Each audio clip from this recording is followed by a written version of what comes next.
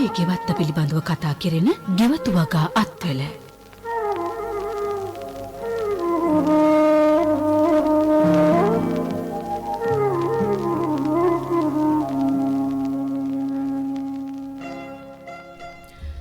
අයිබෝවන් සුබ දවසක් කියලා ප්‍රාර්ථනා කරන ඔබ සැමටම. ඉතින් අදත් අපි ගෙවත්තෙන් ඔබ හමුවන්නටයි මේ බලාපොරොත්තු වෙන්නේ. ඉතින් ඇරයුම් කරනවා ඔබ සැමටම එකතු වෙන්නට කියලා අපිත් එක්ක ගෙවත්තට. අපි කතා කරමු ගෙවත්තට එකතු වෙලා ඔබේ ගෙවත්ත පිළිබඳව, ගෙවතු වගා ගැටලු පිළිබඳව.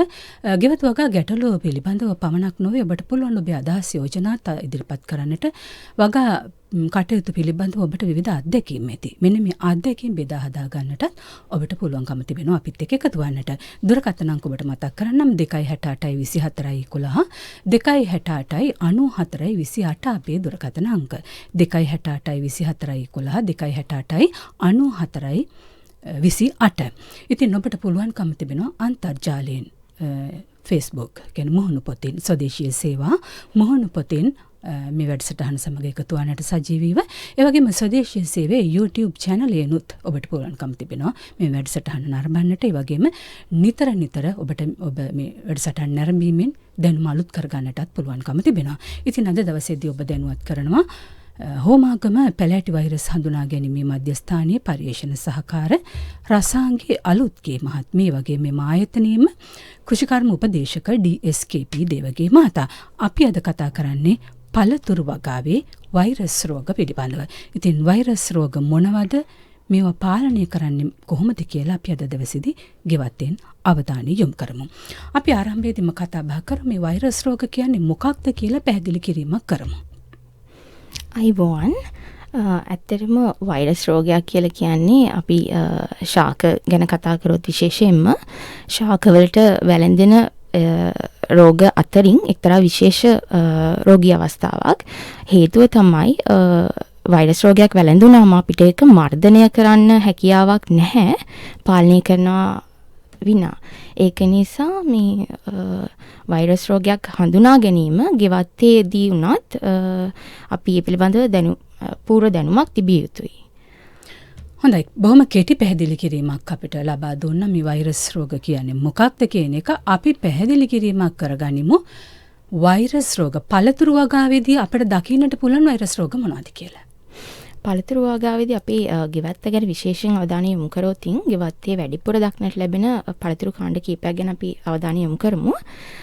කෙසෙල්, අන්නාසි, ඒ වගේම වැල්දොඩම්, ඒ වගේ අපි ප්‍රධාන භෝග ගැන කතා කරොත් එහෙම ඒවායේ දක්නට ලැබෙනවා. සමහර අවස්ථාවලදී ඔබ ගෙවත්තේදී දකින්නවත් ඇති කෙසෙල් පඳුරක වඳපිදීමේ රෝග ලක්ෂණ තියෙනවා. වඳපිදීමේ රෝග ලක්ෂණ කියන්නේ පත්‍ර එකිනෙකට සෙව්වන් දියක් ආකාරයට දක්නට ලැබෙනවා. එහෙම ඔබ ගෙවත්තේ අත්දැකීම් තියෙන්නත් ඉඩ තියෙනවා කෙසෙල් වගාවේදී. ඒ වගේම අපි වැල්දොඩම් වගේ දෙයක් ගැන කතා කරොත් එහෙම වැල්දොඩම් වල පළතුරු ඵල ලැබෙන්නට ප්‍රථමව ශාකයේ වර්ධනය බාලවීම, ඒ වගේ ශාක පත්‍රවල දක්නට ලැබෙන හරිතක්ෂය වගේ දේවල් තුලින් අපිට හඳුනා ගන්න පුළුවන්. ඒ වගේම අපි පැපොල් ගැන කතා කරොත් එහෙම පැපොල් වල මුදුපුල්ලි වෛරස් රෝගය කියන එක අපිට පහසුවෙන් ගෙවත්තේදී අපිට ඕනෑම තැනක සුලභව දක්නට ලැබෙන දෙයක්. පැපොල් මුදුපුල්ලි වර්ගයේ වෛරසයේදී පැපොල් ශාකයේ වගේම පළතුරේදීත් අපිට රෝග ලක්ෂණ දැක ගන්නට පුළුවන් වෙනවා. උදාහරණයක් විදිහට ගත්තොත් එහෙම ශාකවල පත්‍ර ඉතාමත් සිහින් වෙලා පත්‍ර තලයේ කහ පැහැති පැල්ලම් වගේ නම් තියෙනවද අපිට නම් වශයෙන් කිව්වොත්? පැපොල් වල මුදුපුල්ලි වෛරස් රෝගය, කෙසෙල් ගත්තොත් එහෙම වඳපීදීමේ වෛරස් රෝගය කියලා හඳුන්වනවා. අන්නාසි පිටිමකුණු මැලවීමේ රෝගය, වැල්දොඩම් ගත්තොත් එහෙම වැල්දොඩම් වල තියෙනවා අපි ඒක ඉංග්‍රීසි භාෂාවෙන් කිව්වොත් එහෙම මොට්ලින් වෛරස් කියලා කියන්නේ. ප්‍රධාන භෝගවල අපිට ඒ ආකාරයේ වෛරස් රෝග දක්නට ලැබෙනවා. හොඳයි. අපිට මේ කිහිපයක් හඳුන්වා දීමක් කරා දේවගේ මහත්මයා ඔබතුමාවත් මේ තොරතුරු පිළිබඳවම කතා බහ කරන්න එකතු කරගන්න කැමතියි. ඔව් ඇත්තටම මේ මෙතුමිය සඳහන් කරේ අපිට ගෙවතු වගා වෙද්දී ප්‍රධාන පළතුරු භෝග විදිහට අපි වගා කරනවා. වැල් දොඩම්, එතකොට මොනවාද පැපොල් සහ දොඩම් සහ අන්නාසි. දැන් මේවා ප්‍රධාන වශයෙන් අපේ ගෙවතු වගාවේ එකතු කරන භෝග. දැන් මේවායේ දක්නට ලැබෙන වෛරස් රෝග කීපයක් තමයි එතුමිය සඳහන් කරේ. ඔබ කවුරුත් දන්නවා ගෙවත්තේදී කෙසෙල් වල හැදෙන වඳ වීදීමේ වෛරසයේ ලක්ෂණ දන්නවා, පැලත් අඳුරනවා. හේතුව පළවෙනි කැන වැටුණාට පස්සේ මේ ඊළඟට එන පැල එතනම වඳ වෙනවා කියන්නේ අර කෙසෙල් කොලේ නටු කෙටි වෙලා එක තැනින් කොළ එනවා. ඒක තමයි එතුමිය සෙව්වන්දිය කියලා සඳහන් කරේ. ඉතින් මේ පැලේ වර්ධනයක් වෙන්නේ නැතුව, ඒ කියන්නේ මූලික කාලයේදීම වර්ධනය එන හිටිනවා. ප්‍රධාන හේතුවක් තමයි මේ වෛරස් කියන රෝග පතුරවන වාහකයක් ඉන්නවා. ඒ කියන්නේ කෘමිසතුන්. මේ කෘමිසතුන් හරහා වෛරසය පැතිරුණාම කෘමිසතුන් හානි කරන්නේ භෝගයක ලපටි කොටස් වලට. එතකොට ලපටි කොටස් වල තමයි මේ වෛරස් ලක්ෂණ වැඩි වශයෙන් පෙන්වන්නේ. ඔබ දැකලා ඇති ගෙවත්තේදී ගොඩක් වෙලාවට දැන් අන්නාසි වල අර පත්‍රාග්‍රීස් දම් පාට වෙන්නේ ලපටි කොටස්. ඒ වගේම තමයි කෙසෙල් වල දැන් ওই වඳ පීදීම කියන්නේ ලපටි පැලේදී වෙන්නේ. ඒ වගේම තමයි පැපොල් වල පහදිලියම අඳුර ගන්න පුළුවන් අග්‍රස්ත කොටස මේ විකෘති තත්ත්වයක් නැති වෙනවා. ඔබ දැකලා ඇති කොළ රැලි වැටලා හීන් වෙලා දැන් එතුමිය සඳහන් කරා මෙන්න මේ ලපටි කොටස් වලින් තමයි වෛරස් රෝග පෙන්වන්නේ. ඒකෙන් හරි ලේසි අඳුර ගන්න. හොඳයි අපි වැඩිදුරටත් පැහැදිලි කිරීමක් කරගනිමු. අපේ දුරකථන ඇමතුමක් තිබෙනවා 268යි 24යි 11 ඒ වගේම 268යි 94යි 28 අපේ දුරකථන අංක. ඔබට පුළුවන්කම තිබෙනවා ස්වදේශීය සේවා මුහුණු පොත ඔස්සේත් මේ වැඩසටහන සජීවීව නරඹන්නට. හොඳයි අපිට දුරකථන ඇමතුමක් තිබෙනවා. දුරකථනයේ රැඳී සිටින ඔබට අවස්ථාව ලබා දෙනවා. හලෝ තෙරුවන් සරණයි. මේ කලුතරින් කතා කරන්නේ. හලෝ. ඔව් ගැටලුව ඉදිරිපත් කරන්න. ඔව් මගේ අඹ ගහක් තියෙනවා අවුරුදු 5ක් විතර වෙනවා.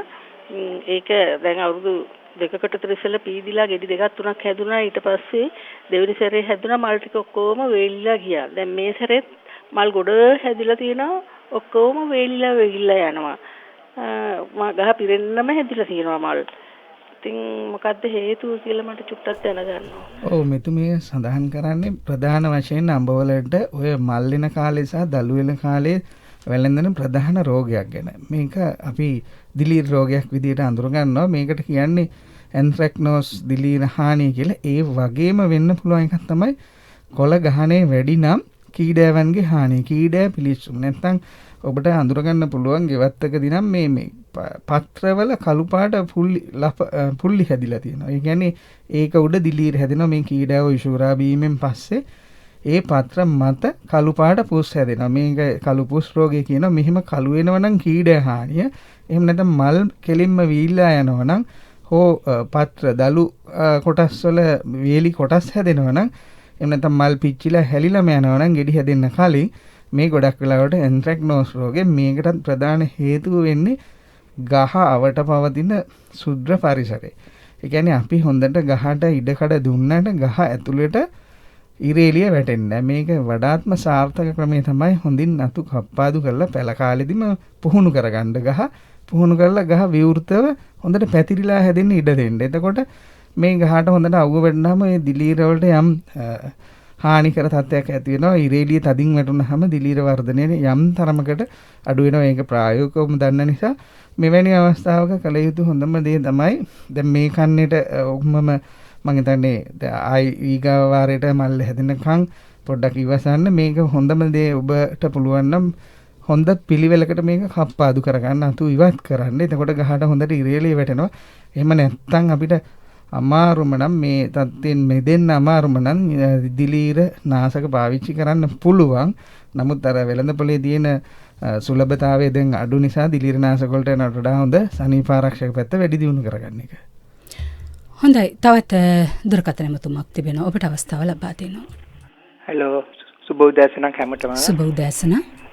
මම කතා කරන රත්නපුර ලිල්ල පිටියෙන් අර මගේ ගස් ලැබු ප්‍රශ්නයක් තියෙන්නේ. ලොකු උස ගස් ලැබු ගහක් තියෙනවා. ඒක දැන් ගෙඩි කඩන්න අමාරු රීටකින්ම. සමහර විට කඳ මැදින් කැප හොඳට මහතර තියෙනවා. හොඳට සක්‍රීය තියෙනවා. මැදින් කැපුව අතු විහිදිලා එන්නේ ක්‍රමයක් නැද්ද දැනගන්නයි ඕනේ මට. ඕ සාමාන්‍යයෙන් ඔය ගස් ලැබු කියන්නේ ද්විබීජපත්‍රී ශාකයක්. ඒ කියන්නේ තනි කන්ද හැදුනට ඒක ලියලන්න පුළුවන්. ඉතින් අතු සාමාන්‍යයෙන් අපි දැකලා තියෙනවා ගෙවතු වගාවේදී උනත් ගහ කඩා වැටුනහම නැවත අතු ලියලලා එනවා. ඉතින් උවමනාවෙන් කපලා හදීම කියන එක ප්‍රායෝගිකව කරලා නැහැ. නමුත් අපි දන්නවා ස්වභාවිකව සිදු වෙනවා මේ දේවල්. ඒ නිසා ඔබතුමාටත් එහෙම අවශ්‍යම නම් මේ කඳ තමන්ගේ උසට පාලනය කරන්න පුළුවන් මට්ටමින් කප්පාදුවක් කරලා හැබැයි මේ කඳ ඇතුළට වතුර යන එක වළක්වා ගන්න ආවරණය කරන්න ඕනේ කැපුම් තලේ ලියලනවා. එහෙම ගැටලුවක් ඇතින්නේ අතු බෙදිලා හදාගැනීමේ හැකියාව තියෙනවා. හොඳයි 268යි 24යි 11 268යි 94යි 28 අපේ දුරකථන අංක. දුරකථනයේ විසඳීමක් සිදු වී තිබෙනවා. අද දවසේදී අපි අවධානය යොමු කරන්නේ පළතුරු වගාවේ ඇතිවෙන වෛරස් රෝග.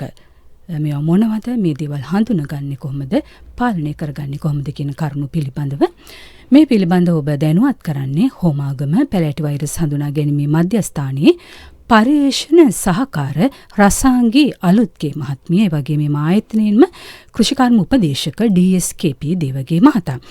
දුරකථනයේ රැඳී සිටින ඔබට අවස්ථාව ලබා දෙනවා. හලෝ රාගම් බටුවත්ෙන් මම බටුවත්ෙන් කතා කරන්නේ. මට මේ අඹ ගහේ ප්‍රශ්නයක් තියෙනවා. අඹ හොඳට මේ හැදිලා වැල්ලා තියෙනවා. නමුත් මේ බිමට වැටෙන පොඩ්ඩක් පැහිලා ඒක ඇතුලේ පණුව ගහලා වගේ තියෙනවා.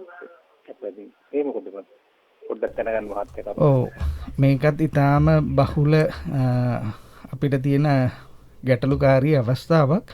අඹ වගාවක වුණත් සාමාන්‍යයෙන් ගෙවතු වගාවේ වුණත් බහුලවම දක්නට ලැබෙන හානියක් එකක් තමයි මේක ආකාර දෙකකට සිදු වෙන්න පුළුවන්. එකක් තමයි අඹ බීජ ගුල්ලාගේ හානිය තියෙන්න පුළුවන්. ඒ වගේම ඔය කියන අපි අදහස් කළු පළතුරු මැස්සාගේ හානිය තියෙන්න පුළුවන්. මේ දෙකේදිම ගෙඩි බිමට වැටෙන්න පුළුවන්. ගෙඩි බිමට වැටිලා එතකොට බීජ ගුල්ලගේ හානිය සිදු වෙන්නේ කුඩා කාලේ, කියන්නේ පරිණත නොවන මල් පරාගණය වූ ඉතා කුඩා ගෙඩි අවස්ථාවේ.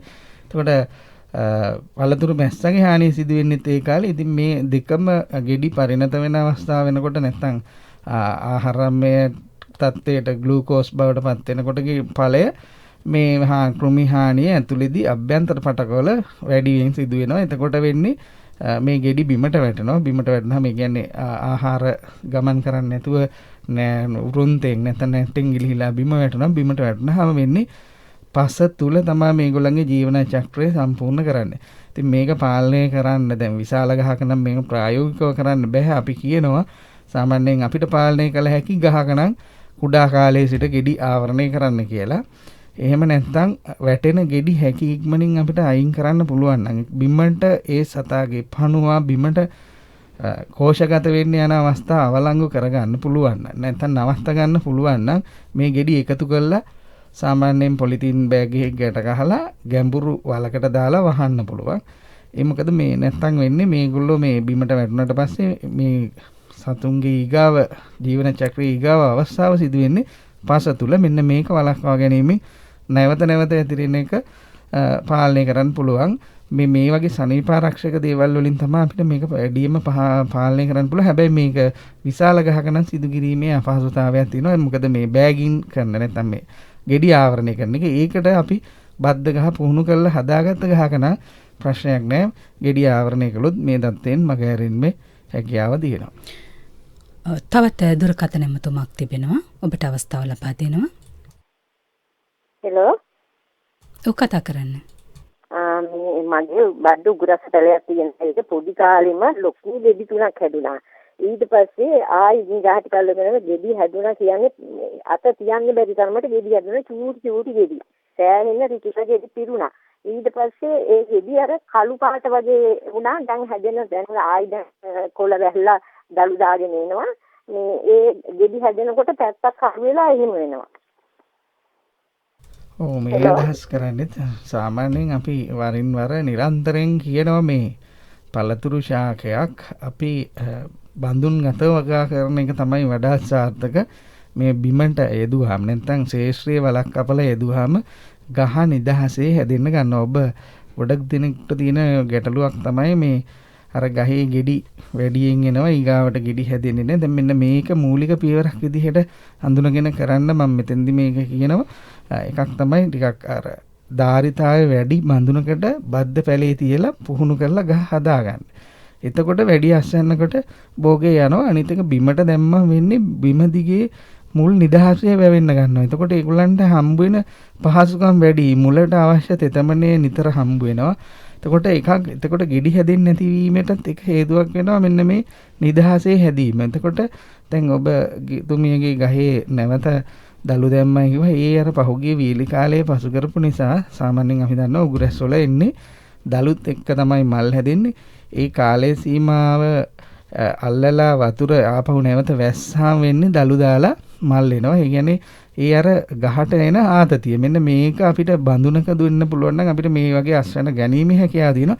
සංඛ්‍යාත්මකව වැඩිපුර ගෙඩි හැදුනොත් එතකොට මේ අතරේ අනිවාර්යයෙන්ම තියෙන අපි වාතය සංසරණේ මේ අපි හිතන්නේ අස්වැන්න වැඩියෙන් තියෙන තරමට හොඳයි කියලානේ. එතකොට විශාල ගෙඩියක් ගැනීමේ හැකියාවක් නැහැ. එතකොට අපි පළතුණී කිරීමක් කරනවා. දැන් වැඩේ තියෙන්නේ මෙහෙම ගෙඩි විශාල වශයෙන් හැදුනාම අපි හිතනවා මේ සියල්ලම ගෙඩි බවට පත් කරගන්න පුළුවන් කියලා. නමුත් ගහට දරන්න පුළුවන් යම් ප්‍රමාණයක් තියෙනවා. ඊට පස්සේ මේවා ඉවත් කරනවා. ගහ විසින් ස්වභාවිකවම අයින් කරලා දානවා. යම් ප්‍රමාණයක් ඉතුරු කරලා. මෙන්න මේ මට්ටමට එනවා. ඒත් එක්කම තමයි මේ රෙඩ රෝග ආසාදනය වීමත් වැඩි වෙනවා. ඒ හේතුව අපි විසින් මේ ගහ පාලනය කරලා නැහැ. දැන් ඔය කියන තත්ත්වය දිලීර අවස්ථාවක් එකක් ඔක ඇන්ට්‍රැක්නෝස් වෙන්නත් පුළුවන්. එහෙම නැත්නම් කබළු රෝගය වෙන්නත් පුළුවන්. මොකද මේ කබළු රෝගය හැදුනාමත් ගෙඩි මතු පිට තද්ද පැල්ලම් හැදෙනවා. ඒවා කෑමේ අගුණයක් නැහැ. නමුත් අර පොඩි අවර්ණ ගතියක් හැදෙනවා. ගෙඩිවල වෙළඳ පොළ වටිනාකමක් නැහැ. ප්‍රියජනක භාවය අඩු වෙනවා. අපි උගුරැස ගෙඩියක් ගත්තාම හරි ලස්සන මතු පිටක් තියෙන රෝස පාටට ඉදිනවා. දම් පාට වෙලා එන්න ඕනේ. ඒ ගෙඩියේ තියෙන අර ගුණාත්මක බවට වඩා දැකීමේ තියෙන ගුණාත්මය හිඟවීම තමයි වෙන්නේ. ඉතින් මේකත් මට හිතෙන විදිහට මේ පාලනය ඇත්තටම අපි මේ හැම එකක්ම කරන්න ඕනේ මනා දැනුමක් ඇති තාක්ෂණයකින් මේ ගස්වල පුහුණු කිරීම කරගත්තොත් මට හිතෙනවා මීට වඩා සාර්ථක තත්ත්වයට එන්න පුළුවන්. දේවකී මහත්මයා අපි සඳහන් කරන්නට පුළුවන් කමක් තියෙනවද මේ උගුරැස්ස ගහක් කොහොමද බද්ධ කරගන්නේ කප්පාදුවක් කරගන්නේ කියලා? ඔව් ඇත්තටම උගුරැස්ස ගහක් කප්පාදු කරනකොට අපි දැන් සාමාන්‍යයෙන් අපි හිතවන්නේ ගොඩක් වෙලාවට බද්ධ පැල හෝ අතු පැල. එතකොට මේ පැලේ මුල් කාලයේදී පඳුරක් ආකාරයෙන් හැදෙනවා. මේක හැදෙනකොට මුලින්ම මේ ගස් හොඳට සරුසාරව අතු රිකිලි දාලා හොඳට පැතිරිලා හැදෙනවා. මෙන්න මේ වෙලාව තමයි අපි හරියට අඳුර ගන්න ඕනේ. මේ වෙලාව අඳුරගත්තේ නැත්නම් අපි හිතනවා මේ ගහ හරි සරුවට හැදෙනවා කියලා. එතකොට අපිට පොඩි තෘෂ්ණා ගතියක් එනවා මේ අතු අයින් කරන්න. ගහ හොඳට හැදෙනින්ද මේක අයින් කළොත් අපරාධි මේ ගහ වැවෙන එක අපරාධිනේ කියලා හිතනවා. නමුත් අපි ඒක නොහිතා දෙපාරක් නොහිතා ඉහළට යන අතු හේවන වෙන අතු මෙන්න මේ අවස්ථාවේ උතා කුඩා කාලේනේ සියුම් මුවහත් උපකරණයක් නැත්නම් අපි කියනවා මේකට සෙකටයර් පාවිච්චි කරනවා. එහෙම නැත්නම් බ්ලේඩ් එකක් පාවිච්චි කරන්න පුළුවන් කුඩා කාලේ නිසා ලපටි අවස්ථාව නිසා මේ වගේ දෙයකින් අපිට පුළුවන් මේ අතු අයින් කරන්න. එතකොට ගොඩක් වෙලාවට මේ හරස් අතු කඳ මුලට ඉරේලිය වැටෙන්න ප්‍රධාන ඉරේලිය කියන්නේ අපි පෙරවරු 9 මාර විතර වෙනකන් ඉරේලිය හවස 3:00 පස්සේ ඉරේලිය ගහ ඇතුළට හොඳට වැටෙන්න. මුදුන් ඉරේලියෙන් අපිට ලොකු ප්‍රයෝජනයක් නැහැ. එතකොට මුදුන් අතු ටික ඉතින් හොඳට මතක තියාගන්න මේ ගහ උඩට යන අතු හැම වෙලේම අඩු කරගන්න. ගහ හරහට වටයට හැදෙන විදිහට තමයි අතු පවත්වා ගන්න ඕනේ. එතකොට තමයි ඔය අපි දැන් හැම වෙලේම කිව්වේ එකයි මේ ගස් ආවරණය වෙන එක වලකින්නේ. පැත්තට වැවෙන අතු ටික ඉතුරු කරගෙන ඉහළට යන අතු අඩු කරන්න බය නැතුව ඒ කැපුම් මොහත්තා තැන් වලට ගන්න පුළුවන් නම් දිලීර නාශක මොන හරි යම් දෙයක් එහෙම නැත්නම් ලැකර් වැනි දෙයක් ගාලා තියන්න. නැත්නම් දිලීර ආසාදනය වෙන්න පුළුවන් වැස්සත් එක්ක මේ අතු අඩු කරන්න. මම හිතන්නේ කප්පාදුව කියන්නේ මේ විශාල පාඩමක්. මේකෙදි සුළු වශයෙන් හරි මම කිව්වේ ඒකයි මේ දියරිකිලි ඉහළට යන අතු එකිනෙක වැහිලා යන අතු පුළුවන් තරම් අයින් කරලා ගහ අතර ඉඩකඩ සැලසෙන්න හොඳට ගහ පාලනය කරන්න. මේක උගුරැස්ස විතරක් නෙමෙයි ඕනෑම පළතුරු ශාකයකට නිවැරදි ක්‍රමයේ වේවි. හොඳයි 2682411 2689428 අපේ දුරකථන අංක. ඒ වගේම ඔබට පුළුවන් ස්වදේශීය සේවා මොහොන් පොත ඔස්සේත් මේ වැඩසටහන සජීව නරඹන්නට ඒ වගේම ඔබේ ගැටලු යොමු කරන්නටත් පුළුවන්කම තිබෙනවා. දුරකථනයේ රැඳී සිටින ඔබට අවස්ථාව ලබා දෙනවා. හොඳයි දුරකථනයේ විසන්දවීමක් සිදු වෙ තිබෙනවා. අපි එහෙමනම් දේවගේ මහත්මයා අපි අවධානය යොමු කරමු නැවතත් අපේ පළතුරු වගාව පිළිබඳව. අද ඔබ දැනුවත් කරන්නේ හෝමාගම පැලෑටි වෛරස් හඳුනා ගැනීමේ මධ්‍යස්ථානයේ පර්යේෂණ සහකාර රාසාංගී අලුත්ගේ මහත්මිය වගේ මෙම ආයතනයේම කෘෂිකර්ම උපදේශක DSKP දේවගේ මහතා. දුරකථන ඇමතුමක් තිබෙනවා අපට අවස්ථාව ලබා දෙනවා.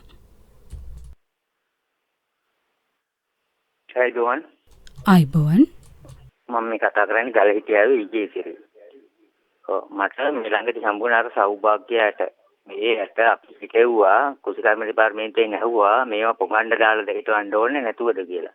ඊට පස්සේ මම මෑ වර්ගයකුයි මෑ වගේයි බෝන්චි යට වගේක් හිතෙව්වා පොගණ්ඩ නොදා. ඒකට එකක්වත් හැදුනේ නැත. ඊට පස්සේ ඊළඟ පාර මම කරපු දේ ඉතුරු ඇට ටික පොගණ්ඩ දාලා හිතෙව්වා. ඒකෙන් හැදුනේ එක බෝන්චි වැලක් පමණයි. එතකොට අපි දැන් මේ කොහොමද අපි දැනගන්නේ මේ යට අපි අපේ පාරම්පරික අපි බණ්ඩ දාලා හැන්දෑර කොට තියලා පවුදා හිතවස බලනකොට ඒක සුදු පාටට පොඩි මේ කීයක් වගේ ඇවිල්ලා තියෙනවා. නමුත් මේවා එහෙම ආවේ නැහැ. දැන් මම හිතවපු කිසිම දෙයකින් ඒ ප්‍රතිඵලයක් උනේ නැහැ. මම කරුණාකර මට මේකට මේ පිළිතුරක් ලබා දෙන්න බොහොම ස්තුතියි. මේ අවස්ථාව ලබා දුන්නා. සෞභාග්‍යයෙන් වැඩි ලැබුච්ච ඇට වලින් තමයි මේ තත්ත්වය උදා වුනේ. එකම එක බෝන්චි පැලයක් පමණයි හැදුනේ. තව ඇට ටිකක් මල් ළඟ තියෙනවා. ඒ සෞභාග්‍යයෙන් දීපුවා ඒක සිටවීමට සුදුසු ක්‍රමය කියන්නේ මම ඒ විදිහට හිතවලා ඔබතුමාලට ආයේ මේකට මම යොමු කරන්නම් මේක සම්බන්ධව. බොහොම ස්තුතියි මේ අවස්ථාව ලබා දුන්නාට. එතුමා මම හිතන්නේ යම් අපහසුතාවයකට පත් වෙලා තියෙනවා කියලා පෙනී යනවා. මේ බීජ සම්බන්ධව හිතටම කියන්න ඕනි කාරණේ තමයි දැන් බීජයක් ප්‍රරෝහණයට අවශ්‍ය සාධක තියෙනවා. ප්‍රධාන සාධක තමයි තෙතමනේ, උෂ්ණත්වය සහ පාංශු වාතය කියන ටික. එතන මේ කාරණා තුනත් එක්ක තමයි බීජයක් පැලවීම සිදු වෙන්නේ. දැන් තෙතමනේ කිව්වහම වතුර නෙමෙයි. දැන් අපේ ගොඩක් අය දන්නවා මේ බීජ කලින් දවසේ පොඟවනවා. දැන් මේ ක්‍රමයේ කරන්නේ ඇත්තටම බීජයක තියෙනවා බීජ ලපේ කියලා අර මැද තියෙන සම්බන්ධ වෙන තැන මේ තුලින් වතුර උරාගෙන ඇතුලේ පටක විශාල වෙනවා. සෛලවලට වතුර යන එක තමයි වෙන්නේ. එතකොට ඒකට තමයි අපි පෙඟවීම කරන්නේ. එතකොට පහසුවෙන් අනිත් සාධක සැපයුවාම මේක පරවණේ වෙනවා. එතකොට මේක වෙන්න නම් මේ බීජය සජීවීව තිබිය යුතුයි. එහෙම නැතුව සජීවීව නොතිබෙන අවස්ථා තියෙනවා. එතුමා සඳහන් කරන්නේ ලබා දීපුවට වගේ මෙන්න මෙතෙන්දී සැලකිලිමත් වෙන්න ඕන එකක් තමයි මේ බීජ වෙන් කළාම කිසියම් කාලයක් තියෙනවා පරවණය වෙන්න. මේ කාලය කියන එකත් විවිධ තැන්වල දැඩි හිරු රශ්මියේ උෂ්ණත්වය වැඩි තැන්වල තිබුණාම මේ පැලවීමේ නැත්නම් ප්‍රරෝහණය වීමේ යම් අඩුවක් සිද්ධ වෙන්න පුළුවන්. දැන් හැම ගෙදරටම මේක සීතකරණයේ තබා දෙන්නත් බෑ. මොකද බීජ ගබඩාවල තියෙන්නේ සීතකර අඩු උෂ්ණත්වයේ යටතේ. ඒක දැන් බාහිර පරිසරයට විවෘත කළා දද ඉරේලිය වැටෙන ප්‍රදේශයක මේක ප්‍රවාහණය කිරීමේ ඉඳලම සිදුවෙන දෙයක්. ගෙනහිලා ඒක තමයි අර පොඩි පැකට් එක ඇතුලේ මම හිතන්නේ රිදී පාට බෑග් එකක මේවා ගොඩක් වෙලාට දාන්නේ සාමාන්‍ය සුදු පොලිතින් වල දාලා බීජ එහෙම දෙන්නේ නැහැ. ආවරණය කරලා තියෙන්නේ ඒක ආලෝකයට ආවරණය කරලා. ඉතින් බාහිර උෂ්ණත්වය වැඩි වුණාම මේ බීජයේ තියෙන ජීවිතාවය විනාශ වෙනවා. එකක් ඒක අපි දිගු කාලයක් දවස් 2-3කට වඩා ගෙදර එළියේ තිබුණොත් එහෙම කොහේ හෝ යම් තැනක මේ විදියට මේ ගමන මේ එන්න සෞභාග්‍යයට ටික මේ ගොවි මහන්තයා අතට එනකොට යම් තැන්වල කාලයක් ගත වෙනවනේ ටිකක් එනකොට මේවා එහෙම සම්බන්ධතාවයේ බිඳිලා ඒ කියන්නේ සීතාගාරවල නැතුව සීතල කියන පරිසරයේ නැතුව ආවොත් ඉරේලියට මේකේ තියෙන ජීවිතාවය විනාශ වෙනවා. ඉතින් මේ ක්‍රමයේ යම් ගැටලු තියෙනවා. ඉතින් අපි ගොඩක් වෙලාවට දැනුවත් කරනවා එහෙම බීජ මිලදී ගන්න එපා කියලා. මොකද ආවරණය දැනග නැත්නම් අඳුරු ස්ථානයක තියෙන්න ඕනේ. ඉරේලිය වැටෙන්නේ නැති තැනක තිබිලා ගත්ත බීජ තමයි හිටවන්න ඕනේ. තුම සඳහන් කරා හරි පෙඟවීම කරලා තියෙනවා. පෙඟවීම කළාම අනිවාර්යෙන්ම වෙන්නේ අර ඒ සෛල ඇතුළට ජලය උරා ගන්න එක. එතකොට තමයි බීජය විශාල වෙලා එයාගේ ඇතුලේ තියෙන ඔය හෝමෝන එන්සයිම වැනි රසායනික ක්‍රියාවන් සිදු වෙලා පහවදා අපි මුල් අදිනවා කියන නැත්නම් කණු කැපීම තත්ත්වයේ තියෙන ඔබ දන්න සඳහන් කරා වී වලදිත් අපි මෙහෙම බර තියෙනවා වී පොඟවල අරගෙන. ඒ කියන්නේ මේවා යම් උෂ්ණත්වයකට තෙතමනේ අඩු කරලා තියෙන. ඒ කියන්නේ ඒවා ගබඩා කරන්නේ වියලලා. ඒක තෙතමනේ සහිතව ගබඩා කළොත් හානි සිදු වෙන නිසා ගබඩා කරන්නේ වියලලා. ඒ කියන්නේ යම් ප්‍රතිශතයකට වතුර හින්දලා. ඉතින් ඒක අපි රැවත ලබා දීම මෙඟවීම කරනවා සමහර බීජ තියෙන හැම බැඟවීමක් අත්‍යවශ්‍යම වෙන්නේ නැහැ. නමුත් ප්‍රරෝහණය වීමේ හැකියාව තියෙනවා. ඉතින් මෙන්න මේ බාහිර කාරණා සමග මේ තත්ත්වයන් නැතිවීමේ අවස්ථා තියෙනවා. පොදුවේ ගත්තොත් එතුමා සඳහන් කරේ එක බීජය පැලවුණේ කියලා ඒකේ විය හැකි අවස්ථා තියෙනවා. දැන් ඔබතුමාට කරන්න වෙන්නේ මේ බීජ හම්බුනහම හැකි ඉක්මනින් ගබඩා කාලය අඩු කරලා ඉක්මනින් සිටුවීම කරන්න. අනිත් එක මේවා විවෘත කරලා බාහිර පරිසරයේ තියන්න එපා. ඉරේලිය හෝ රස්නේ වැඩි තැන්වල. එතකොට ප්‍රරෝහණය වීමේ අඩුවක් වෙයි. හොඳයි 2682411 2689428 අපේ දුරකථන අංක දුරකථනයේ රැඳී සිටින ඔබට අවස්ථාව ලබා දෙනවා. මහත්තයා මේ අවස්ථාව ලබා දුන්නට බොහොම ස්තුතියි. මම පානලින් සේනාධිර කතා කරන්නේ මේ අමගස් කප්පද කරන්න ඕන සාමාන්‍ය කොයි කාලෙද වර්ෂාව තියෙන කාලෙද වර්ෂාව නැති කාලෙද කියලා කරනවා පොඩ්ඩක් පැහැදිලි කරලා. සාමාන්‍යයෙන් වාණිජ වගාවක් විදිහට කරගෙන යනවා නම් අඹ කප්පාදු කළ යුත්තේ අස්වනු නෙලීමෙන් පස්සේ අස්වනු වාරයකින් පස්සේ. එතකොට දලු දැමීමට ඉස්සෙල්ලා විශේෂයෙන්ම මෙන්න මේක මතක තියාගන්න අනිවාර්යයෙන්ම දලු දැමීමට ඉස්සෙල්ලා ගහ කප්පාදු කිරීම කරන්න ඕනේ අස්වනු නෙලීමෙන් පස්සේ. ඒකත් ගොඩාක් තද පෑවිල්ල කාලේ කිරීම සුදුසු නැහැ. හේතුව ගහෙන් වාෂ්ප වීමේ අවස්ථාවන් වැඩි නිසා. මොකද කැපෙන පෘෂ්ඨගාන වැඩි වුණොත් ගහ තුලින් වාෂ්ප වෙන ප්‍රමාණය වතුර වාෂ්ප වෙලා යන ප්‍රමාණය වැඩි. එතකොට ඉතා තද පෑවිල්ලකදී කප්පාදු කරන්න යන්න එපා. අස්වනු නෙළූ පසු වැස්ස තියෙනවනම් මහා වර්ෂාවෙත් මේ කප්පාදු කරන්න යන්න එපා. දිලීර ආසාදන වැඩි වෙන්න පුළුවන් නිසා ඒක ක්‍රමානුකූලව ඔබට තේරෙනවා මේ තද වැහි කාලයක්ද නැත්නම් තද පෑවිල්ලක් සහිත කාලයක්ද කියලා. ඒ අවස්ථාව බලලා අඹ අස්වනු නෙළුවට පස්සේ නැවත දලු දැමීමට පෙර කප්පාදු කිරීම වඩාත්ම සුදුසුයි. එතකොට අවුරුද්දට දෙපාරක් කප්පාදු කරන්න යන්න එපා. පළවෙනි වාරයේ මේ ජූනි ජූලි වල අස්වනු හැදුනට පස්සේ කප්පාදු කරන්න පුළුවන් නම් වඩාත්ම සාර්ථකයි. විශේෂ කාරණයක් කියන්න ඕනේ මේ කප්පාදු කරන්න බය වෙන්න එපා. මොකද මේ අඹ ගෙඩි හැදෙන්නේ රිකිල්ලක කෙලවර. ඒ රිකිලි සංඛ්‍යාව වැඩි කරගත්තොත් ඔබට අස්වැන්න වැඩි. ඒක නිසා රිකිලි ගාන වැඩි කරන්න නම් කරන්න ඕනේ තනි අතු දෙකක් කරගන්න, අතු දෙක 4 කරගන්න. ඒ අතරේ ඔයගොල්ලන්ගේ රෝගී අතු, ඒ වගේම මියගිය අතු, ඒ වගේම ආවරණ අතු ඉවත් කරන්න. එතකොට අස්වැන්නේ වැඩි කරගැනීමේ හැකියාවක් තියෙනවා. හොඳයි තවත් දුරකථන නම්තුමක් තිබෙනවා ඔබට අවස්ථාව. අයිබෝවන්. මගේ ප්‍රශ්නය තමයි මට තියෙන උගුරැස්ස ගහක්. ඒ උගුරැස්ස ගහේ කඳේ පහළ ඉඳලාම උඩට සුදු පාට වෙලා තිබුණා පවුඩර් එකක් දාලා වගේ.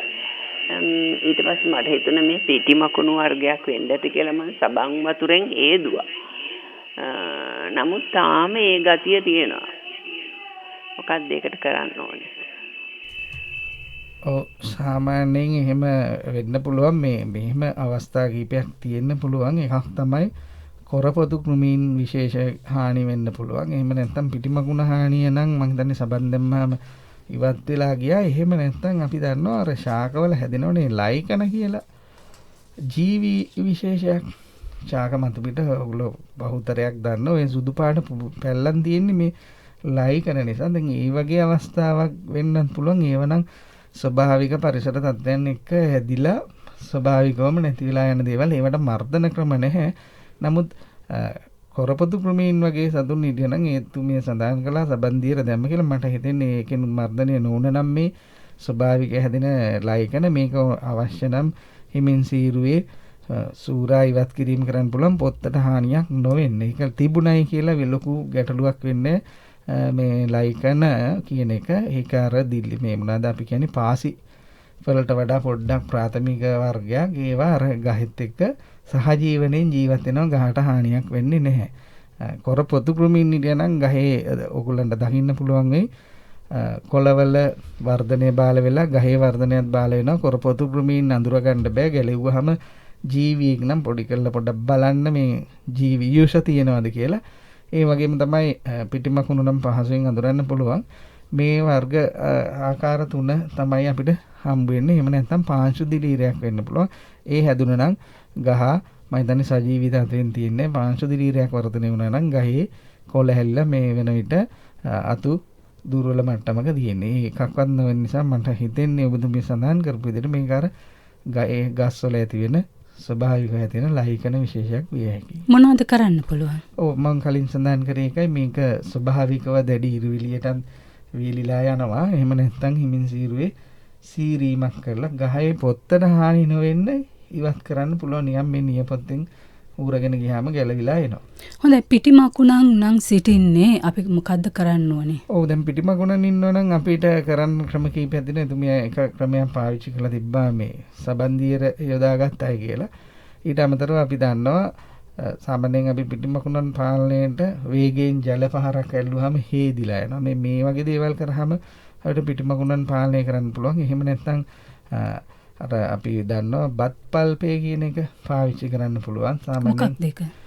සාමාන්‍යයෙන් හන්දෑවේ ආහාරයට ගත්තු බත් ඉතුරු වෙලා තියෙනවනම් මේ ඉතුරු වෙච්ච බත් ටික පහවදා උදේට අරගෙන පොඩි කරලා මේකට වතුර එකතු කරලා ඒ යුෂ පෙරලා අරගෙන මේක අර මේ කඳේ හුව අතුවල ආලේප කරාන යම් ප්‍රමාණයකට මේ පිටිමකුණන්ගේ හානිය පාලනය කරගන්න පුළුවන්. වැද්දගත්ම විදියට යන්නේ මේක අර ඉටි කොරපතු ක්‍රමයෙන්ද දැන් පිටිමකුණන් වගේ සතුන් මේ වගේ ඒවයි මර්ධනය කර ගැනීම අවස්ථාව තියෙනවා. හොඳයි අපිට තවත් දුරකථන නැවතුමක් තිබෙනවා. අපිට අවස්ථාව ලබා දෙනවා. ආයිබෝවන් ඔබතුමාට ඔබතුමියට. ආයිබෝවන්. මගේ ගැටලුව තියෙන්නේ මේ මගේ කෙසෙල් කනක් තියෙනවා මේ ඇඹුල් කෙසෙල් පඳුරු කීපයක්ම තියෙනවා. එක පඳුරක විශාල කෙසෙල් කනක් වැටුණා. දැන් ඒක අපි නෙලව අපි ආදායම් ගත්තට පස්සේ කපල ගත්තට පස්සේ ඒ විකුණන්න අලෙවි කරන්න ගත්තාට පස්සේ අලෙවි කරන්න ආපු අපේ මුදලාලි කෙනෙක් ඇවිල්ලා කිව්වා මේක මහත්තයෝ මේ පොහොර වැඩි වෙලා තියෙන්නේ මේ මොන පොහොරද දැම්මේ කිව්වා. මං කිව්වා මේ කොම්පෝස්ට් පොහොර දාලා තියෙන්නේ වැඩිපුර කුකුල් පොහොර දැම්ම කියලා. මේකේ මේ පොහොර වැඩි වෙලා තියෙන්නේ මේ පුල්ලි තියෙන කළු පාට තියෙනවා.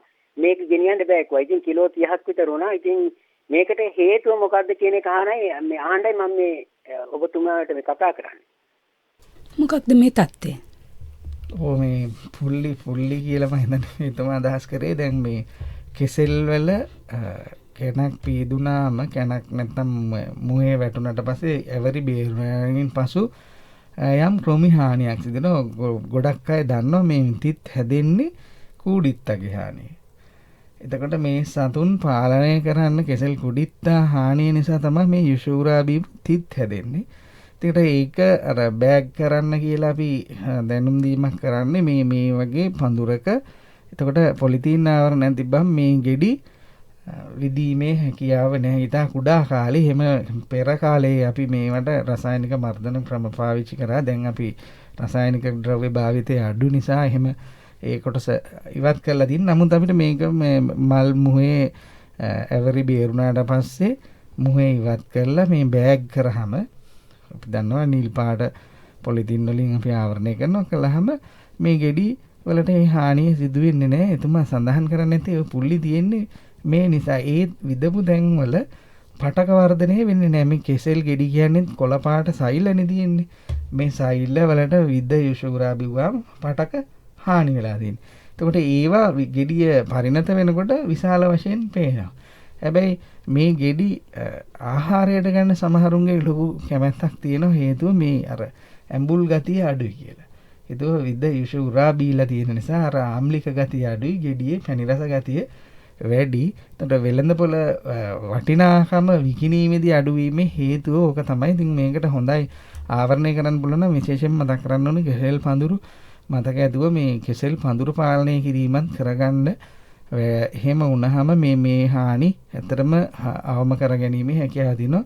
එක පැලයක් තියාගෙන පීදුණු එක කැණක් තියෙන එක පැලයක් තියාගෙන අනිත් ඒවා අර අපි මාස 3 ඉතිරි කරන විදිහට පඳුරු පාලනය කිරීම ඉතාම වැදගත් කෙසෙල් වල. එහෙම නොවුනොත් අර පඳුරු ගහණය වැඩි වුණාම මේ වගේ කෘමි හානි සිදුවීමේ අවස්ථා වැඩි. අපිට තවත් දුරකථන නැමතුමක් තිබෙනවා. අපිට අවස්ථාව ලබා දෙනවා. අයිබෝන් මම කල්තර ඩී.කේ දසොයිසා මට දැනගන්න ඕන මේ ඉන්නල පළ කරලා ඉවරලා වැල් වලින් ඉන්නල ඉඳුවම අල බහින්නේ නිකන් වැල් දෝන විතරයි. මට කෘෂිකර්ම දෙපාර්තමේන්තේ කෙනෙක් කිව්වා කියලා තව කෙනෙක් කිව්වා වැල් හැදිලා ආවට පස්සේ මුලට පස් එකතු කරන්නේ අල බහින්න කියලා. ඒකේ අල බහින්න හැමෝම මේ ඉඳපු අයට අල බැස්සේ නැහැ. වැල් දුවන විතරයි. දෙවෙනි එක තමයි මගේ තියෙනවා වටාඩි 2ක් විතර මුල් හරියේ කඳ තියෙනවා. අඹ ගහක් අඩි 30ක් විතර උසයි. ගෙඩි හැදුනා. අර ඇන්ත්‍රැක්නොස් කියන රෝගයෙන් මගේ තඹ විශාල වශයෙන් නාස්ති වෙලා ගියා. හැදෙන අඹත් සමහර ඒවා ඇතුලේ පනෝ. මේ අඹ ගහ අඩි අර ප්‍රධාන අතු 3ක් ගිහිලා තිනවා. ඊට පොඩ්ඩක් උඩින් කපලා දැම්මොත් ඒ කියන්නේ පොළොවේ ඉඳලා අඩි 12ක් විතර උඩින් කැපුවොත් ගහ හැදිලා මට පාලනය කරගන්න පුළුවන් වෙයිද? බොහොම ස්තුතියි. එතුමගේ අවසාන ප්‍රශ්නයට මම මුලින්ම පිළිතුරු දබා දෙන්නම්. එතුමා සඳහන් කරේ මේ අඩි 12ක් පමණ ඉහළින් අතු 3ක් බෙදලා තියෙනවා. ඒක කප්පාදු කළමින් වාසි සහගතද කියලා. ඇත්තටම දැනට කරන්න තියෙන්නේ පාලනය කිරීමට නම් අඩි 12න් හරි කමන්නේ අතු 3 ඉතුරු කරගෙන කප්පාදුවක් කරන්න. මෙතෙන්දී විශාල වශයෙන් කප්පාදුවකට යන්න එපා. ගහේ පැතිරීම හොඳට අධ්‍යයනය කරන්න. ගහ වටේට අතු විහිදෙන විදිහට මේ ප්‍රධාන අතු ඉහළින් ඉවත් කරන්න වටේ අතු 3 ඉතුරු කරගන්න බලන්න. ලොකු විශාල වශයෙන් ගහේ 50% ඉවත් වෙන විදිහට කරන්න යන්න එපා. නමුත් අඹ ගහේ ඒ අතු 3 තියලා කපලා කඳ හරහට කපලා ඉතුරු කරගත්තොත් මේකේ නැවත රිකිඩි එනවා. රිකිඩි ඇවිල්ලා වර්ධනය වෙන කාලෙදී ඔබට ඒ කලින් කියපු අතු 3 විශාල වැඩිලා තියෙනවා නම් ඒ අතුත් අයින් කරලා මැද අතු වලින් පාලනය කරන්න පුළුවන්. එතුමාගේ ඉල්ලීම අනුව මම මේ කිව්වේ අඩි 12න් කපන්න කියලා. මොකද එතුමාට සැකයක් තියෙනවනේ පහලින් කැපුවා සමහර විට ගහ මීයයි කියලා. ඒක නිසා ඒකේ ප්‍රශ්නයක් නෑ. ගහට ආහාර සපයන ප්‍රධාන අතු 3 තියලා හරහට කපලා අයින් කරාට කමක් නෑ. ගැටලුවක් නෑ. ගහට පොත්තට හානි නොවන විදිහට ඉහළ අතු ඉවත් කිරීම කරගන්න. ගහේ හැඩය පවත්වා ගැනීම විශේෂයෙන්ම මතකයේ තබාගෙන මේ අතු ඉවත් කිරීම කරන්න. ඊගාව එක තමයි එතුමා සඳහන් කළා ඉන්නල වගාව සම්බන්ධව ඉන්නල බීජ පැලවෙන්න දාලා එන්න දඬු හිටවන්න ඕනේ. හිටවන්න ඒ දඬු හිටුවට පස්සේ අස්වනු එනවා. මේ හැම ගැටයක් අසලින්ම මුල් වෙනවා.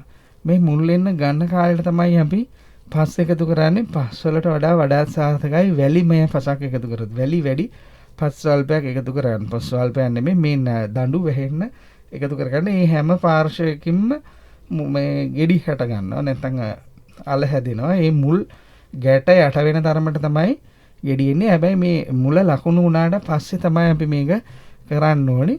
බීජයෙන් පැලවෙච්ච දඬු අරගෙන හිටෙව්වම සාමාන්‍යයෙන් මේකත් රෝපණ ද්‍රව්‍ය ලබා ගැනීම ඒක ක්‍රමයක්. මොකද ඉන්නලවල අපිට හරි අඩුයි රෝපණ ද්‍රව්‍ය. ඒ නිසා අපි මේ ක්‍රමයට කියනවා බීජ පැල කරලා ඒකෙන් එන දඬු දල දඬු ප්‍රමාණය හිටවලා පැල කරගන්න. පැල කරලා ඒක වගාවක් විදිහට යනකොට ඒකේ ඒ ගැට අසලින් එන මුල් පෙන්නුම් කරන කාලෙදී පස්ලං කරන්න. පස්ලං කරලා තිබ්බහම ඔබට ගෙඩි නැත්නම් ආල අස්වනු ලබා ගැනීමේ හැකියාව තිබේ. හොඳයි අපිට තවත් දුරකථන ඇමතුමක් තිබෙනවා. ඔබට අවස්ථාව ලබා දෙනවා. ඔව් මම කතා කරේ මගේ නම දයානන්ද. මම ඉන්නේ අනුරාධපුර සාලා ප්‍රදේශයේ. මට ප්‍රශ්න දෙකක් තියෙනවා. එකක් තමයි මගේ මේ කටුවාත ගස් ටිකක් තුනක් තියෙනවා. ඒවේ එන ගෙඩි ඊටමත් හරි පුංචි. මං ගහ කප්පාදු කරලා උන්ට කඳර ඉරිවට දාලා තියෙනවා. ඒතර මේ ජලයේ රැස් වෙන්නෙත් නෑ. ජලයේ නියමාකාරයෙන් මං යොදවලා තියෙනවා. මම පොහොර කියලා දැම්මේ අර ගොම පොහොර දැම්මා. වෙන මොකුත් රසායනික පොහොර දැම්මේ නැහැ. තව මං අර මේ ලාඩප්පා මේ දියර පොහොර හදලා ඒවත් දැම්මා. දැන් ගෙඩි දෙකක් තුනක් කලින් හොඳට ආවා. දැන් ගෙඩි එනවා හුඟක් කලින් ආවත් ඉන්නේ පුංචි ගෙඩි. ඒ තමයි පළවෙනි ප්‍රශ්නේ. අනිත් එක තමයි මගේ තියෙන බුරත් වගාවක්. බුරත් වගාවේ දැන් මේ මෑතක ඉඳලා කහ පාට වෙනවා. සමහර වෙලාව එකක් දැන් මැරෙන්න ගත්තා. පස්සේ මම මේ මුල හාරලා පොඩ්ඩක් බැලුවා මුලින්කුත් තියනවාද කියලා. මේ මුල ඇතුළටම නිකන් මේ වේලිලා වගේ තිතමන හොර තියෙනවා. මම ඒත් එක්ක ඒකට මම ඉස්සම ලාඩප්පා මේ දියර ඒක යුණාට කුෂිකර්ම දෙපාර්තමේන්තුව මම අහගෙන මේ ප්‍රෝග්‍රෑම් එක අහලා තියෙනවා. මේකෙන් මේ විශේෂ මොකද දිලීර රාශියක් කොටෙන් පාවිච්චි කරන්න පුළුවන් කියලා. ඒකත් මම කළා. දැන් මම දැනගන්න මේ ප්‍රශ්න දෙකට මොකක්ද කරන්න පුළුවන් කියලා. මම ඉන්නේ අනුරාධපුර තලාපේ. මගේ නම සනන් කරේ තුමා කටුවනෝදා වගාව මේ ගහක් තියෙනවා ගෙඩි කුඩා වීමක් වුණා කියලා. සාමාන්‍යයෙන් එහෙම වරින් වර විශාල කුඩා වීමක් වෙන්න විදිහක් නැහැ කටුවනෝදවල. එකක් තමයි දැන් මේ කටුවනෝද කියන්නේ පරපරාගණයෙන් හැදෙන එකක්. එතකොට අපි ඒක કૃත්‍රිම පරාගණය කරලත් ගෙඩි ගන්නවා. නමුත් එකපාරක් ඇදිලා ගහ ඒ ගෙඩි ඊගාවාර කුඩා වීමේ සම්භාවිතාවයක් නම් අඩුයි. එහෙමනම් මුල ඉඳලම තිබිච්ච වෙනස්කමක් වෙන්න ඕනේ. එහෙම නැත්නම් අපිට ඔතන බද්ධ කරපු පැලයක් හිටෙවුවා නම් ওই අවස්ථාවේ තත්ත්වයක් එන්න පුළුවන්.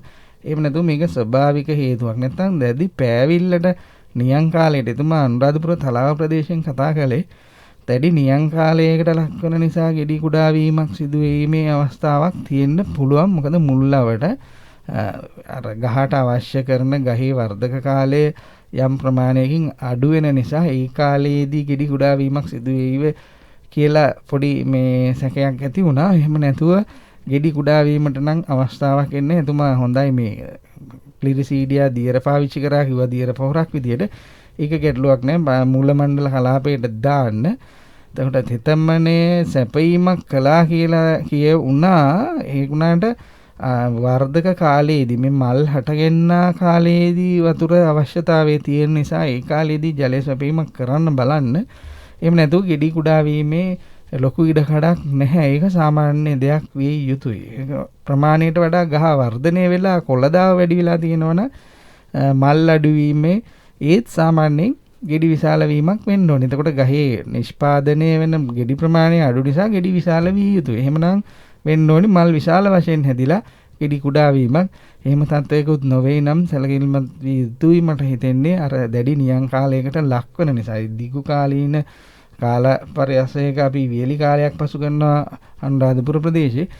ඒ තත්ත්වයට පසු මෙවැනි ගෙඩි කුඩා වීමේ අවස්ථාවක් සිදු වෙනවා යයි මට සිතෙනවා. හොඳයි මේ බුලත් පිළිබඳ ගැටලුව බුලත් කහ පාට වෙනවා කොළ වැල් මැරෙනවා. ඔව් දැන් මේ බුලත් ගත්තාම බුලත් වලට ගොඩක් එන්න පුළුවන් රෝගී ආසාදන අවස්ථා දෙකක් අපිට හම්බ වෙනවා. එකක් තමයි මේ බැක්ටීරියා රෝග තත්ත්වය සහ දිලීර අවස්ථා. මේ දිලීර අවස්ථාවක් ආවහම මේ එන්න බලපාන ප්‍රධාන හේතුව අපි මේ නිරන්තරයෙන් කියන ඒවා තමයි මේ සනීප ආරක්ෂක භෝග වගාවක. හේතුව මේ වගා කළාට පස්සේ හොඳට ඉරේලිය වැටෙන්න ඕනේ. ජීවාණුහරණය වෙන්න ඉරේලිය වැටෙන්න ඕනේ. එතකොට අපිම කියනවා පාංශු ආවරණය කරන්න කියලා. හැබැයි ඒ ආවරණ දිගින් දිගටම තියාගන්න හොඳ නැහැ.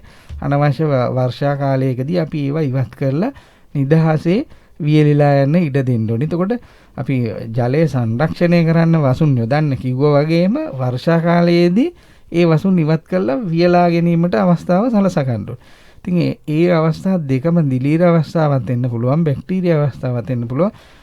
ඔබ දන්නවා දැන් බැක්ටීරියා බුලත් වල එන බැක්ටීරියා අවස්ථාවම අර කළු පාට පුල්ලියක් ඇදලා කොළේ ධාරේ වටේට කහ පාටට ඒ පුල්ලිය වටේ හැදෙනවා. ඊට පස්සේ කොළ හැල්ලෙන මේ මාරක රෝගී තත්ත්වයක් විදිහට තමයි අපනයන කෘෂිකර්ම දෙපාර්තමේන්තුවේ හඳුනගෙන තියෙන්නේ. ඒ වගේම තමයි දිලීර ආසාදනයේ මූල මණ්ඩල කොටසට එන්න පුළුවන්. හේතුව මේ ජලයේ බැස නොයාම සහ අපි දෙන සනීප ආරක්ෂක තත්ත්වයන්. ඒ කියන්නේ ආවරණය කරලා තියෙනවා. සමහර ලාවට පන්දල මේ හිටවපු දඬු පැලවෙලා හේවන වෙන්න පුළුවන්. එතකොට පොල් අතු දාලා ආවරණය කරනවා. සමහර ගොවි මහතුරු පිදුරු දාලා තියෙනවා. මේ වගේ අවස්ථාවක ගොඩක් වෙලාවට මේවා වගා කරනවා මේ දෙනී ආශ්‍රිතව. ඒ කියන්නේ කුඹුර ආශ්‍රිත තියෙන ගොඩ ඉඩම් වල කරනවා. එතකොට ජලයේ බැස යාමෙන් ගැටලු තියෙනකොට මේ දිලීර ආසාදන ඇතිවීමේ අවස්ථා තියෙනවා. මේ පාමුල එක්ක පස හා සම්බන්ධ කොටසින් තමයි මේ දිලීර ආසාදන ඇති වෙන්නේ. එහෙම වුණාම කඳට ආසන්නෙන් දිලීරත් එක්ක පස් ඇලිලා තියෙන්න පුළුවන්. ඒ එකක්. අනිත් එක තමයි සම්පූර්ණ වැලම මැලවිලා යන අවස්ථාවක් එනවා. ඒක බැක්ටීරියා ආසාදන. මේක පහසුවෙන් අඳුර ගන්න පුළුවන්. වැල ගලවලා බලන්න යම් දුර්ගන්ධයක් එනවා නම් මේ බැක්ටීරියා ආසාදන. මේ දෙකටම ප්‍රධානම කළ යුතු දේ තමයි සනීප ආරක්ෂාව දියුණු කිරීම. එකක් ඉරිලි වැටෙන්න ඉඩ දෙන්න. හොඳට පාංශු පස විවෘත කරලා තියන්න ඉරේලියට. එතකොට කාණු හදලා ජලය බහැලා යන්න ඉඩ සලසන්න. නයිට්‍රජන් අඩංගු දියර පෝර හෝ කෘත්‍රිම පෝර භාවිතා කිරීමෙන් වළකින්න. වැඩිපුර නයිට්‍රජන් තියෙනවා පාවිච්චි කරොත් මේ රෝගී තත්ත්වයන් වැඩි වෙයි. හොඳයි අපිට තවත් දුරකථන ඇමතුමක් තිබෙනවා. අපිට අවස්ථාව ලබා දෙනවා. ආයිබෝම් මම මිනුවන්ගඩින් ජයරත්න කතා කරන්නේ. මේ ගැටලුව මම ඊයේ ඉදිරිපත් කළා, අද ඉදිරිපත් කරන්න කියලා කිව්වා. මගේ පොල් ගහක් තියෙනවා අඩි 20ක් විතර උසයි. ඒකේ පොල් අතුවල දැන් කහපාට ලප වගේ පහළට පේනවා. මකුළු දැල් වගේත් මේ පොල් අතුවල තියෙනවා. කහපාට ගතිය නම් හොඳටම පුල්ලි තියෙන එක පේනවා. ඊළඟට එතනම තව පොල් ගහක් තියෙනවා. ඒ පොල් ගහේ දැන් ඉන්න අඩිසි එහෙම අතු පොඩි කීනියට ඒ අර සාරවත් ගලු ක්‍රම එන්නේ නැහැ. ඒ අතු අනිත් සාපේක්ෂව බලපුවාම අනිත් අතු වලට බොහොම කුඩායි. ඉතින් මගේ මෙන්න මේ ගැටලු දෙක තමයි තියෙන්නේ. ඉතින් බලාපොරොත්තු වෙනවා.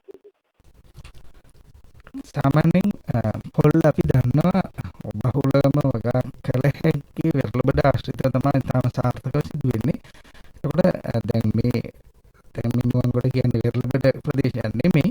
නමුත් අපිට මේ දිගින් දිගටම භෝග වගා කරනකොට පොල් වගා ඉඩමක දිගින් දිගටම වෙනකොට මේකේ වෙන්න පුළුවන් කාරණයක් තමයි පස්සේ පෝෂක හිඟතාවය හෝ වැඩිවීම කියන තත්ත්වයට එන්න පුළුවන්. සමහර විට පෝර අපි රසායනික පෝර දානවා කියමුකෝ මේ අය දාලා වැඩි වෙලා තියෙන පුළුවන්. එතකොට එක පෝෂකයක් ලබා ගැනීමේ ගැටලුවක් ඇති වෙන්න පුළුවන්. එකක් වැඩිපුර තියෙනකොට තව එකක් ගන්න බැරි වෙනවා.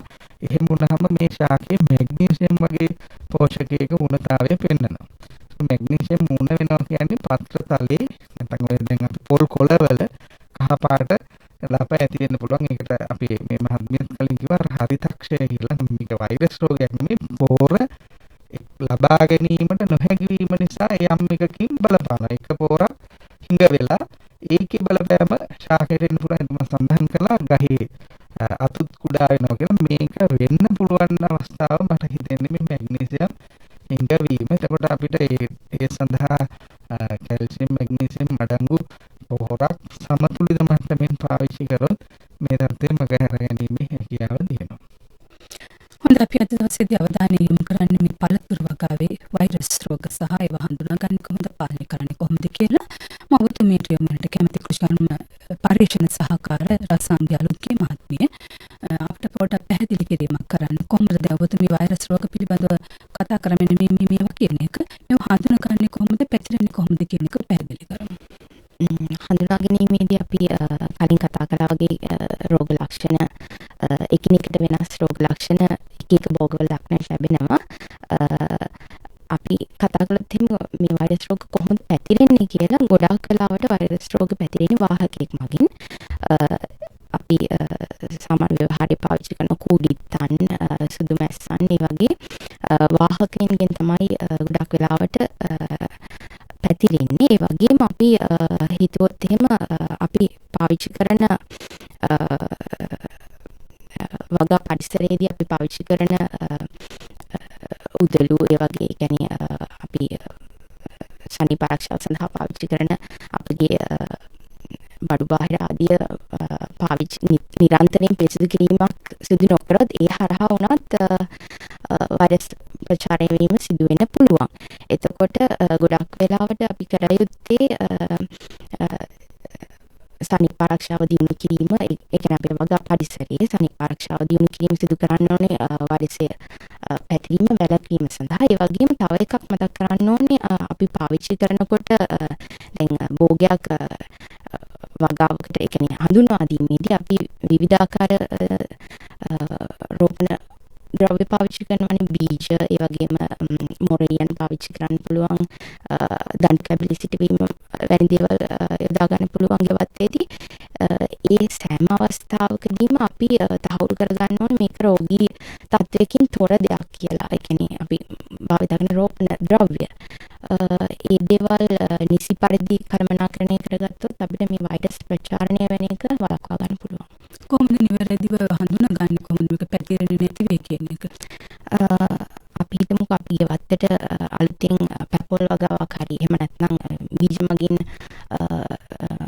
ව්‍යාප්ත ඒ කියන්නේ සිදුවිය හැකි වැල්දොඩම් වගේ දෙයක් පාවිච්චි කරනවා නම් අපි ගන්න ස්ථානයේ සහතික කරලා තියෙනවා මේක නිරෝගී ද්‍රව්‍යයක් කියලා. දණු කැබලි අපි ගන්නවා නම් ඒ පිළිබඳවත් අදහසක් පූර්ව දැනීමක් තියෙනවා මේ කියන්නේ ගන්න මාතෘ ශාකය වෛරස් රෝග වලින් තොරයි කියලා. හොඳයි අපි දැන් මේ පැහැදිලි කිරීමක් කරමු.